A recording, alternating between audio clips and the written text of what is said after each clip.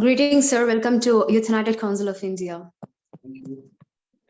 Sir, our MC will be giving a short introduction about YUCI.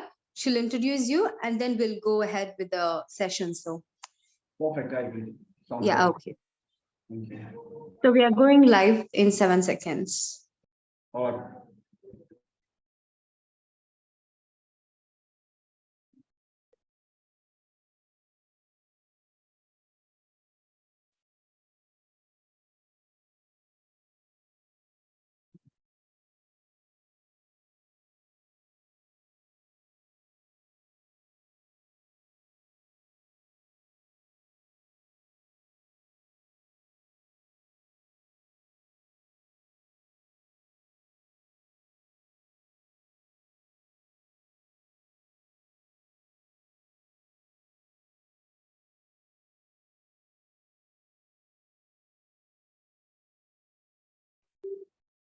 Hello, ma'am. I hope you can hear me. yeah, you're quite audible. Thank you. Hello, sir. Good evening. Evening, ma'am. A very good evening to all present here. This is Pallavi P, a member of Youth United Council of India. With much delight, I welcome you all to our session on why is supporting SME is important. I would like to cordially welcome our guest speaker for today's session, Mr. J Puri, Director, Asian African Chamber of Commerce and Industry. Thank you. YUCI, Youth United Council of India, works towards youth development and empowerment. It aims to equip youth with the right set of skills to help shape their future, to turn them into exemplary citizens of the future. YUCI aims to unite and organize youth into a well-functioning team that can tackle issues that affect them as well as work towards sustainable development. YUCI is dedicated to its purpose of strengthening the youth today for a better tomorrow. J Puri, Malik Goswami, a journey unheard, unsaid, untold, a man behind many milestones with a Midas touch, invested in communications, gap analysis, strategy making, innovations, and best practices. He has a philosophy of life that we are in this world for some reason. The purpose is to spread a little smile all around. He is a result-oriented professional with 27 plus years of experience in the top and mid-management in various verticals as company formation, corporate law, operations, strategy planning, marketing, human resource management, recruitment, and project handling. A dynamic planner and an organizer with distinction of launching various products and projects in the national and international market, he is adept at handling day-to-day activities in coordination with internal and external departments for smooth business operations.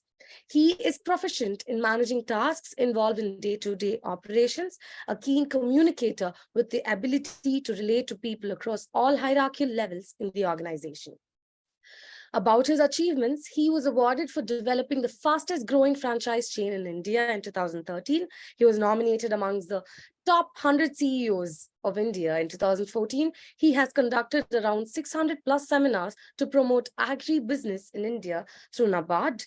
He has also trained 5,000 plus sales professionals for sales and marketing, formed more than 19 private limited and LLPs, and the journey continues. Without much delay, over to you, sir. Oh, thank you so much.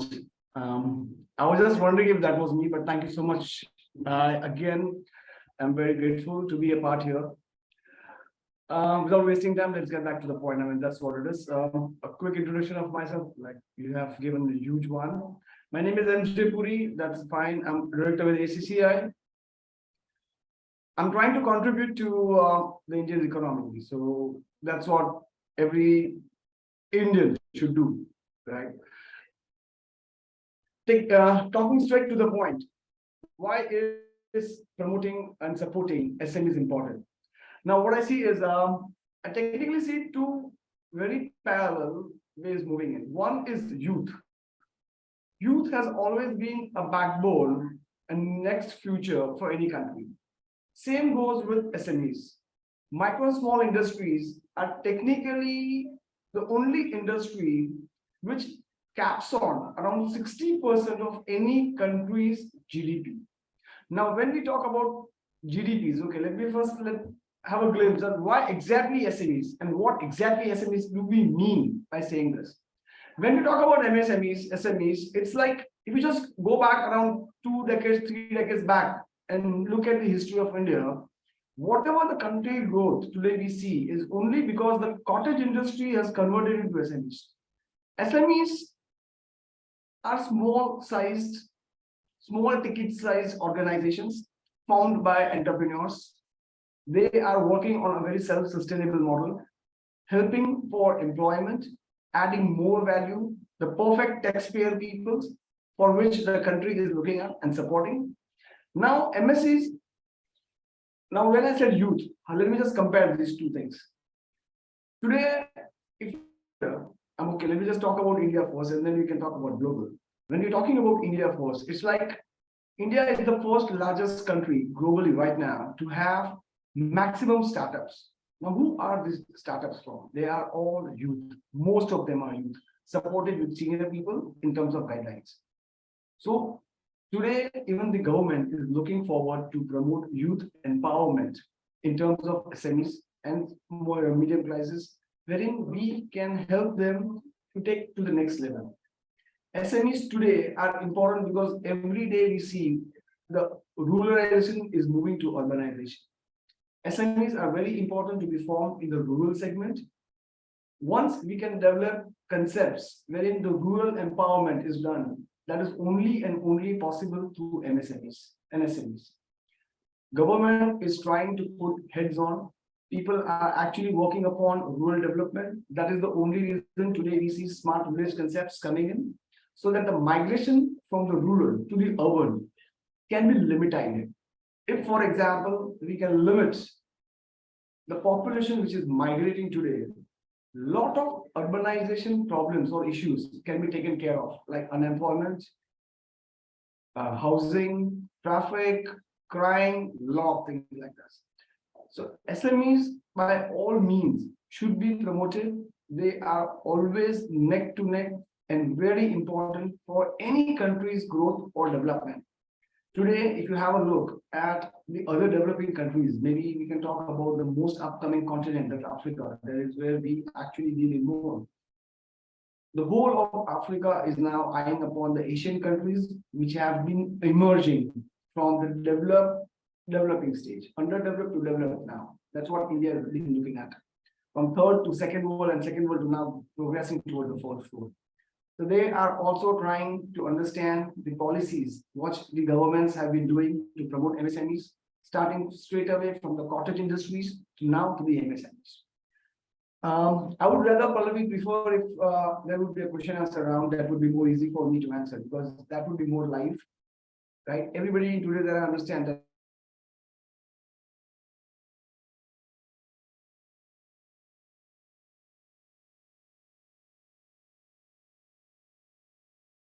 how MSMEs can be useful. Over to you, Pallavi. So I have a question. Please. So when it comes to SMEs, and I'm a CS student, so I'm more into all these compliances, etc.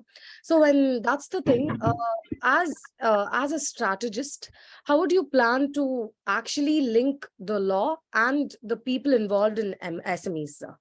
Because compliance is a very big part in any form of organization, and since you started off with people from cottage industries getting into SMEs and forming their enterprises as such, what would you say, or what is your say on the compliances they're required to meet, and would you think that is feasible for them to meet and pay all these heavy things the MCA puts on them? Okay, I'll make it more easy for you. Yeah. Compliance is basically a skeleton of a body. All right. So if your skeleton is in place, the body structure would definitely be perfect. All right. Now, if a government is trying to support, right, there has to be certain laws just to see that no loop points, no loop fingers, or people with fake intentions or wrong intentions can come and hamper the industry or the sector as in whole. Compliance is okay. Now, if you look at the government, even if you talk about the Indian government has been so clean, so clear now that they have kept most of the compliances online. Previously, when we used to talk about maybe 2 decades or 3 decades back, right, things were like there used to be agents network. Anybody wants to apply for any kind of licenses, there has to be licensing officers, there used to be agents. Between the lines, there used to be a lot of scope for corruption. Now, when we're looking at the new era, it is completely getting digitalized. You can see everything online. All features are available. Even the incentive structures are available online. Government is so transparent now that there is no loop points. Anybody can skip anything. It has to be in a proper structure. So I believe very personally that compliances, yes, are very important. Anybody who is coming up from a startup, coming up from a cottage industry, trying to develop an MSME, yes, he himself can go search, understand, and he can also speak and discuss with his chartered accountants and CS how these compliances can be fulfilled. And if he is having a fair intention of doing a good, fair business with good business ethics, I really see no reason that he would not love to fulfill those basic compliances. Down the line, these compliances will take him to the next level to have all the government subsidies, government benefits, government incentives. Say, for example, if you talk about NCA and other things, today, right now, when you go to an international trade, you find so many MSMEs participating, where the government is also rebating them for their expenses that they have incurred while they're installing a store, travel, being a delegate. So if somebody has to take a benefit of the government policies, they have to go with the compliances. And I would really advise everyone that compliance is, as I again said, the skeleton. So if your skeleton is in place, your structure would be in place. It might take time. Everything initially is always hard to penetrate. But once you penetrate, it's always smoother. So I guess that's what I would love to say for that. Thank you so much, sir. So,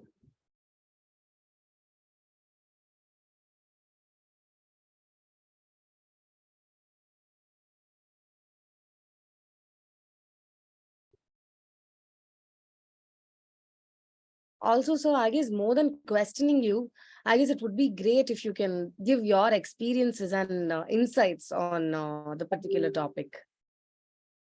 okay, I'll share you my experience. So, for example, I've been supporting very closely and the formation of around 90 to 20 private limited companies so far. All these companies, when they initially started, they were all SMEs, right? It is only their compliances which helped them, supported them to that extent that now today they are private limited companies and on the urge for the listing with NSE and BSE, turning out to be into 100, 200, 500 crores turnovers, and now they are getting into the listings parts. Things which take time, but this is business. When you're talking about MSEs, government, okay, just start with a small fund. Banking is always what they are looking at in terms of funds, in terms of fundraising or loans. If their compliance paperwork is not clear, the bank would not be in a position to support them with the actual government policies. With like-minded CAs, there are so many top professionals who can actually help. So anybody who would like to go with an MSME, I would believe the first level would be compliances. Second level would be a good technology partners. There are so many companies, there are so many ECBs available right now who are very helpful, very supportive in order to form their structure. Now, it could be a production unit, it could be repackaging units, it could be plenty of things. So sorry. It could be plenty of things that come on the way. So whatever businesses you are looking at, there are so many plenty of technology partners available. There are so many knowledge partners available. There are so many windows in the government which can support you on basic things. When the government has organized, government do keep on organizing a lot of skill development programs. So anyone who is looking forward to be an entrepreneur, I believe he should be definitely partnering into it. There are many regional chambers, there are many state level chambers, there are many national chambers. Maybe we have a different kind of chamber who is one of its kind, being an intercontinental chamber between Asia and Africa. But yes, they should be a part of a chamber in order to organize, understand things, and putting the right thing in the right place. I'm sure the results are definitely going to be good, more than what they have expected. So I guess a lot of things are available. Governments are now, especially developing the economic zones, they can have the benefits of economic zones as well. So a lot of plenty of things are there. I just wish India to be a superpower, and SMEs would be definitely are playing a very key role in the new India which has been formed, for which we all of us are very proud of. Right? Thank you, sir. That was effective. One thing I'd like to ask, which is a personal question from my side. So, Mhm. since you're a strategist and you're more into the company side, what would you advise an aspiring professional as such, like me, to network and to build contacts for the future? Um, Can I start? Is my question. Look, your words remind me of my chairman's very favorite dialogue. That is Dr. G.D. Singh. He is our founder and chairman of Asian African Chamber of Commerce Industries. He always says that your network is your net worth. Right. Okay.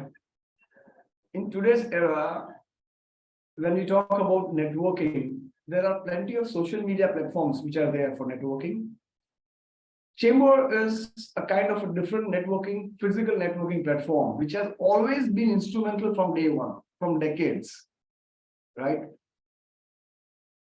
When you do not have your proper kind of network, you do not meet the right people. When you do not meet the right people, you are not on the right platform. Then you're definitely your performance is unstable, it's imbalanced. Networking is the key to success. So I guess there is no second opinion, there is no second point that why a networking is important. For starters who are starting, I believe the first level networking, or I would say the most prominent platform of networking would be a chamber of commerce, because a chamber of commerce would be able to guide them, support them. There would be plenty of senior professionals in that chamber, as maybe governing council members, board advisors, even other associate members, who can even help them, support them with their existing network also. So by this joining a chamber, the first thing will be any professional will get a linkage from how to start, where to start, wherever he is, if he finds any kind of hindrance, there is always a support level which can definitely guide him to the right way. So there are very less chances of him being misguided. So I guess a chamber would be the first level. Now that could be any chamber. It could be a regional chamber, it could be a state level chamber, it could be a national chamber. But yes, I believe you should initially start with a chamber to get along for the best level of networking. And that's what I strongly believe. Thank you so much, sir. Welcome, ma'am. Also, with regard to the funding, MSMEs finance, we have a lot of schemes for them. MSME pension, not pensions exactly, yojanas are there, and there are schemes which can be availed by the people, but people are unaware of it. That's a very big hurdle. What's your say on it? Pallavi, look, it's like self-awareness is a boon, right? Right. So if you want to become an entrepreneur, you have to be that smart to at least understand what you want to do and how you want to do, right? True. For this, now when the government is being so transparent, trying to have everything on the websites, everybody is using a smartphone. Even if he is not using a smartphone, he will definitely have, like a smartphone and a computer is what is now not a luxury, it's a necessity. Everybody has it, especially, correct? I think he should definitely look into this personally, try to see what is available for him. If at all he is not able to understand, he can always write. Now in India, from last 2 years, we have RTIs. RTIs are very responsive. They completely guide you from A to Z, what is needed, what papers, how, what to approach, whom to approach. So I guess these are very common things which any entrepreneur would know or should know to start up or before starting up something. Apart from this, nowadays you find so many vital tools available on the social media. There are so many R&D companies available. There are so many, I would say, organizations which are available for lead generations in order to understand what business capacity he can start with, what are the niche markets he can tap in, what can be his ideal target audience where he can push his product, what kind of quality levels he can have. There are plenty of things. I mean, today's era is, I would say 21st century has already come in because we see everything on just a click away. Right? So I guess there is no reason for anybody to be, clumsy or be dependent. This is rather more self-dependent era. You do not need anybody. You can just start on your own on a single click. I mean, what more you need in time? So, with regard to the MSMEs, what is your opinion on having a legal team for all the MSMEs? Because with regard to startups under Companies Act 2013, they have very less compliance, and they have a lot of boons being under the startup scheme, etc. But when it comes to the legal side of it, many entrepreneurs, though they have the best set of skills, they lack in fulfilling the legal statutory requirements. Because I am a law student also, and I really find that it is very much important to understand the legal advisory team to be there in every enterprise, to guide them properly. So, what is your say on it? Should that be a mandatory rule from the legislative side, or what do you say about it? Okay, I'll make it very easy for you. Practically, what happens is when anybody is trying to form a new company, he is very keen upon 2 or 3 major segments of team that he hires. The first he will be recruiting is the sales team. Second, he will be recruiting is the production team. And third, he will be recruiting is the accounts team. Every entrepreneur needs to understand the requirement of an HR team and a legal team. On the list, if you talk about these teams, he will be always having the last. He thinks that it's an expense. This is not an expense, it's a need. Any company before starting up should definitely have a legal team for all advices, all MOUs, because you never know what MOU is required by when. Usually, in order to save money or small amount of money, they do not hire people, but there is a way out. You can definitely hire a legal agency on your retention basis where your money is saved. You are having the right legal advice, you are having the right legal approach, so that tomorrow, when you are growing big in size, you do not fall in any technical ditch, which is very much possible. So legal compliances, as compliances are important, legal advice is always important at every single step. I believe, and I have always implemented this, the first team I hire is the legal team. The sales team is the last team that I hire. Everybody, when he starts up a business, he is very motivated. He always wants that, yes, he would start earning from sales, getting into it. No, that should not be the way.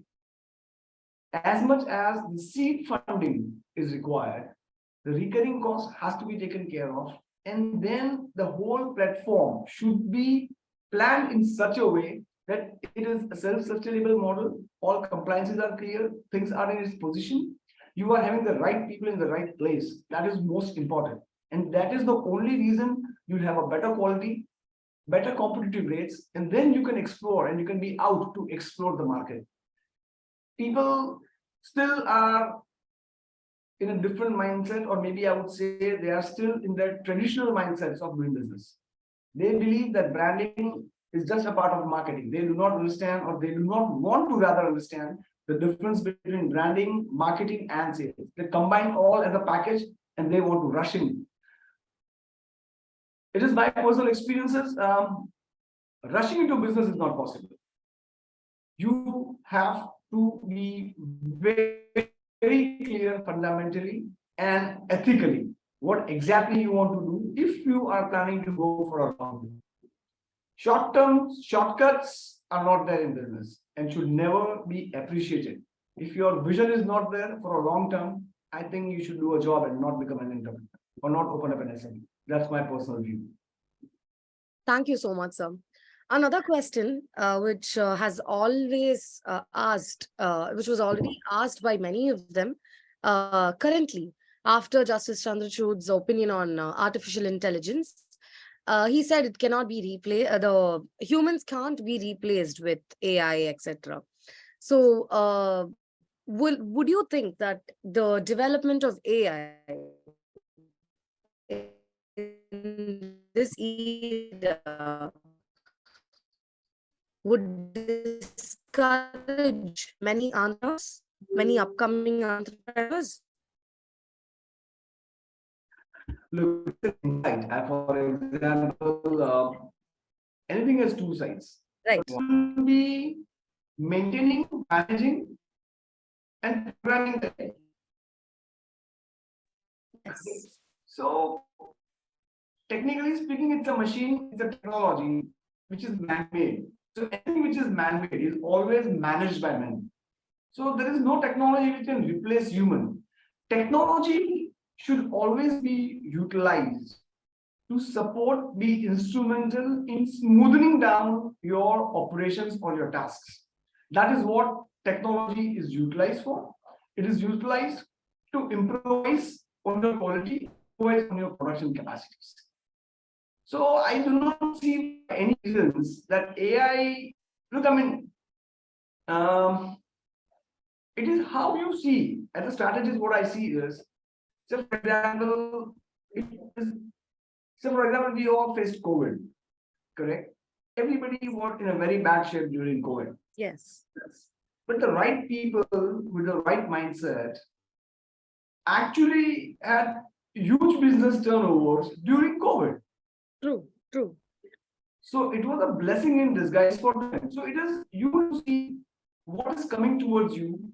You need to understand what's your view over it and how you can utilize it. Rather than confronting yourself or rather than pushing it off away from you, if you can be techno friendly, this is the right time. AI is actually a new invention which has popped up and it has been very supportive for most of them. Now, how you would love to use your tool for AI in your current existing business is up to you. It is very friendly for your data management, which is a core again, because data management is core of any organization. So data management, AI is very successful. It translates you to the most easiest platform to go and approach. So that is what AI can support you. It can help you to find your exact TG, reach you exactly very close to TG and hit the right audience. So you don't waste your time, investments, energies. You're straight to the point, straight to your buyer, and then it's your quality that speaks and your presentation that speaks. So I think AI is so I think we should always be techno-friendly and we should never consider technology as an enemy or against us. And Aman, I do not see anything who can replace human beings. Simple as that. Very true, sir. So, from your answer, from your opinion, I take that perspective matters and how well you utilize the technology given to you. Is that right, sir? So, for example, today we are speaking over a Zoom call. Yeah. Correct? Which was commonly adopted during COVID. Yes. Previously, of course, Zoom was existing, but we never utilized it this much as we are utilizing it now. Now it's a part of our daily routines. Yes. This is again technology. It is saving my time, it is saving our traveling time. Still we are connected, still we are having a face-to-face value, still we are able to understand the body languages, still we are able to communicate. Correct? Right. So this is the technology. Technology is always friendly. Right. Simple as that. Thank you so much, sir. My one last question. The guidelines to an entrepreneur from your side.